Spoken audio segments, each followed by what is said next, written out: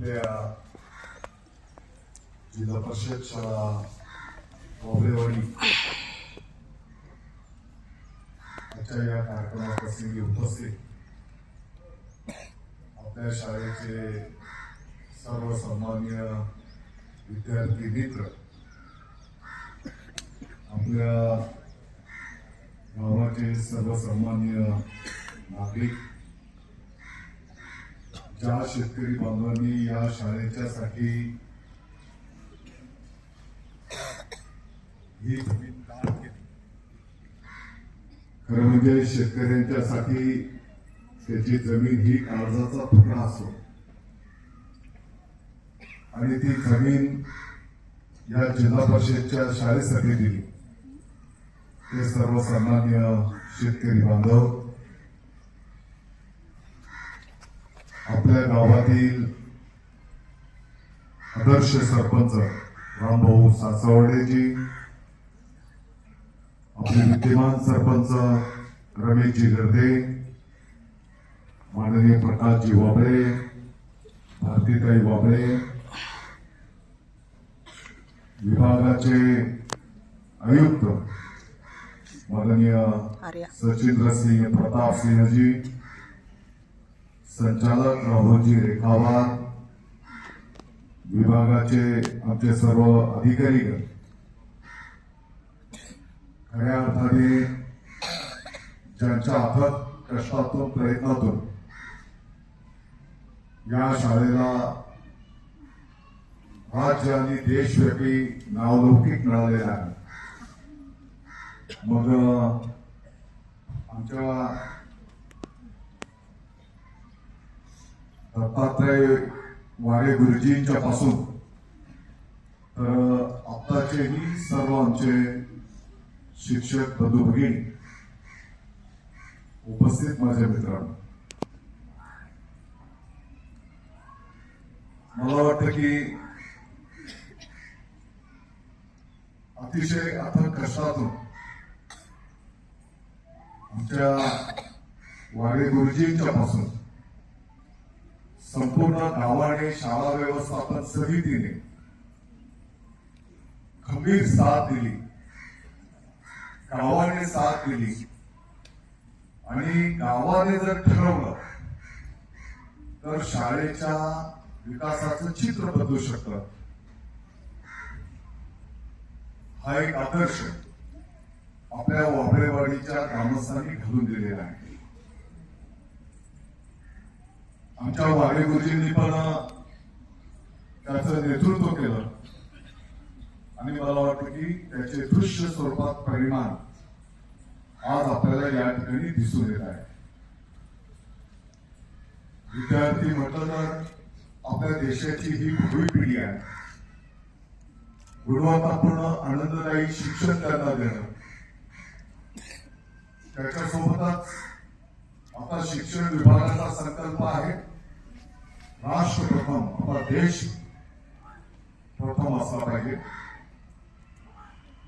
शिक्षण देत असताना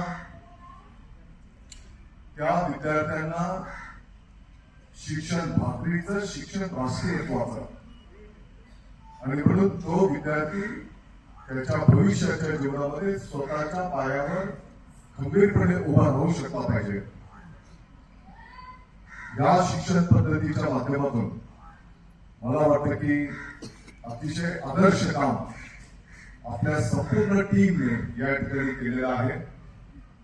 मी महाराष्ट्राच्या माननीय लोकप्रिय मुख्यमंत्री देवेंद्रजी फडणवीस साहेब, उपमुख्यमंत्री आदरणीय एकनाथजी शिंदे साहेब, माननीय अजितदादा पवार साहेब, महाराष्ट्र राज्याच्या वतीने महाराष्ट्रातील तमाम विद्यार्थी बंधू भगिनींच्या वतीने, शिक्षक बंधू भगिनींच्या वतीने आपल्या वाबळेवाडीचं या ठिकाणी अभिनंदन करतो, तुम्हाला शुभेच्छा देतो।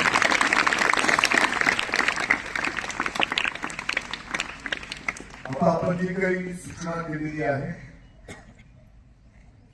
वरचं जे काही स्ट्रक्चर खराब झालेलं आहे त्यासाठी लागणारं साहित्य आपण काळजी करू नका। तुम्ही जितकं मोठं काम केलेलं आहे तर शासनाची पण जबाबदारी आहे, खारीचा वाटा त्याच्यामध्ये सहभागी आहे. आणि म्हणून त्यासाठी लागणारा जो काही खर्च असेल तो देण्याची जबाबदारी शासनाची असेल, हे मी या ठिकाणी अतिशय नम्रतेने सांगू इच्छितो. सर्व विद्यार्थ्यांचं आणि शिक्षक बंधू भगिनींचं मी अभिनंदन करतो. ज्या विद्यार्थ्याला ज्या क्षेत्रामध्ये आवड असेल त्यांनी त्यांचे कलागुण पण सादर केलेले आहेत. आणि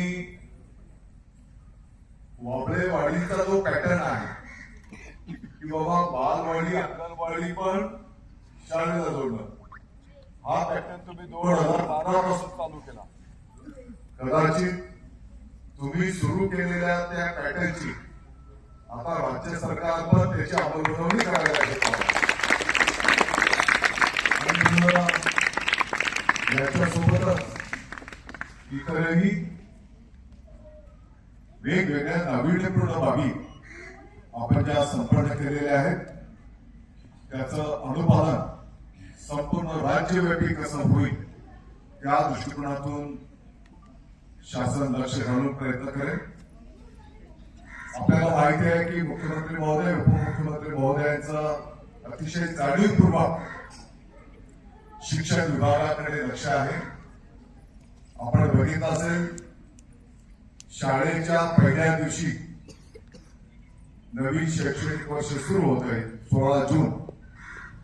स्वतः महामहिम राज्यपाल महोदय मुंबई महापालिकेच्या एका शाळेमध्ये विद्यार्थ्यांचं स्वागत आणि शुभेच्छा देण्यासाठी उपस्थित होते.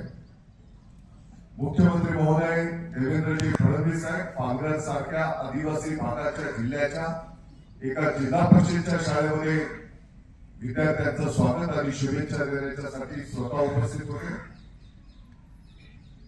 उपमुख्यमंत्री महोदय एकनाथजी शिंदे साहेब सातारा जिल्ह्याच्या एका जिल्हा परिषदेच्या शाळेमध्ये स्वतः विद्यार्थ्यांचं स्वागत आणि शुभेच्छा देण्यासाठी उपस्थित होते.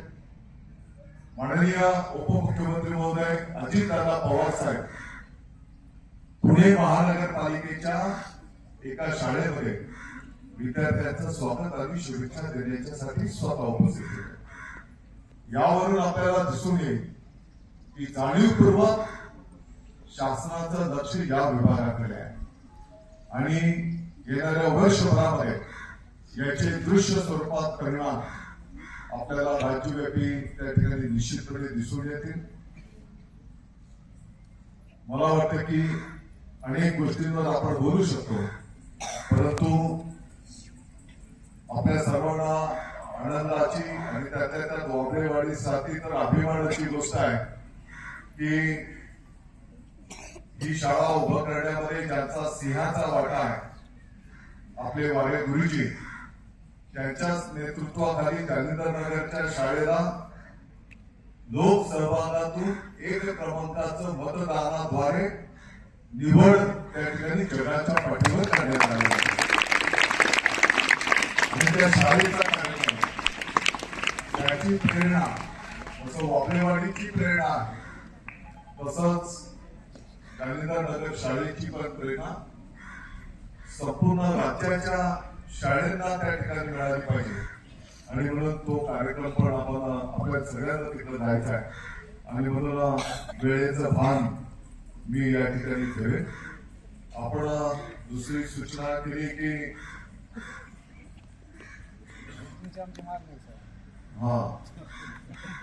दत्तात्रयजी वारे परत वाबळेवाडीला आले पाहिजेत, परंतु वारे गुरुजी फक्त वाबळेवाडी जालिंदर नगर यापुरते मर्यादित न राहता त्यांनी हा पॅटर्न राज्यव्यापी नेला पाहिजे.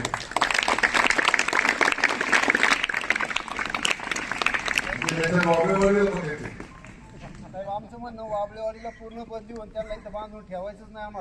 आम्हाला त्यांचं 1-2 दिवस मार्गदर्शन मिळालं पाहिजे. बरोबर. आणि म्हणून आता आम्ही राज्यव्यापी वारे गुरुजी सरांच्या सारखे जे समर्पित भावनेतनं कार्य करणारे आपले शिक्षक बंधू भगिनी आहेत, त्यांचं एक आयडॉल बँक आम्ही तयार करायला घेतलेली आहे. शाळा व्यवस्थापन समिती यांची पण आयडॉल बँक आम्ही तयार करायला घेतलेली आहे. जे ग्रामस्थ चांगलं सपोर्ट करत आहेत अशी पण आम्ही आयडॉल बँक तयार करायला घेतलेली आहे. ज्या शाळा व्यवस्थापन समित्या, ज्या शैक्षणिक संस्था चांगलं काम करत असेल त्यांचं पण आम्ही एक बँक तयार करायला घेतलेली. आणि आपल्याला माहिती असेल की आता येणाऱ्या काळामध्ये ज्या जिल्ह्यामध्ये शिक्षण क्षेत्रामध्ये चांगलं काम होईल सर्वांगीण दृष्टिकोनातून त्या जिल्ह्याला प्रथम पारितोषिक 5 कोटी रुपयांचं देण्याचा निर्णय शासनाने केलेला आहे. 2 क्रमांकाचं 3 कोटी आणि 3 क्रमांकाला 2 कोटी असं 10 कोटी रुपये पारितोषिक म्हणून त्या जिल्ह्याला त्या ठिकाणी द्यायला शासनाने संमती दिलेली आहे. आणि म्हणून येणाऱ्या काळामध्ये अनेक चांगलं कार्य आपल्या सर्वांना माझी विनंती आहे की आपल्याला ही भारताची भावी पिढी घडवत असताना त्या ठिकाणी संपन्न करायचं आहे. 15 ऑगस्टला देशभक्तीपर गाण्यांवर कवायत हा चांगला उपक्रम आपल्या शाळेने पण संपन्न केला आणि महाराष्ट्रातील सुमारे 55,000 शाळांमध्ये तो कार्यक्रम संपन्न झाला. माझी या माध्यमातून सर्वांना विनंती आहे, आनंददायी शनिवारी प्रत्येक शनिवारी 15 दिवसांची कवायत त्याची प्रॅक्टिस आपल्याला आतापासून सुरू करायची आहे. नव्हे दर शनिवारी आपल्याला 15 मिनिट ते करायचं आहे. आणि येणाऱ्या काळामध्ये मग इतर जे कलागुण आहेत, योगा असेल, कदाचित इथे तर चालूच आहे. इथं तर आमच्या ताईने सांगितलं की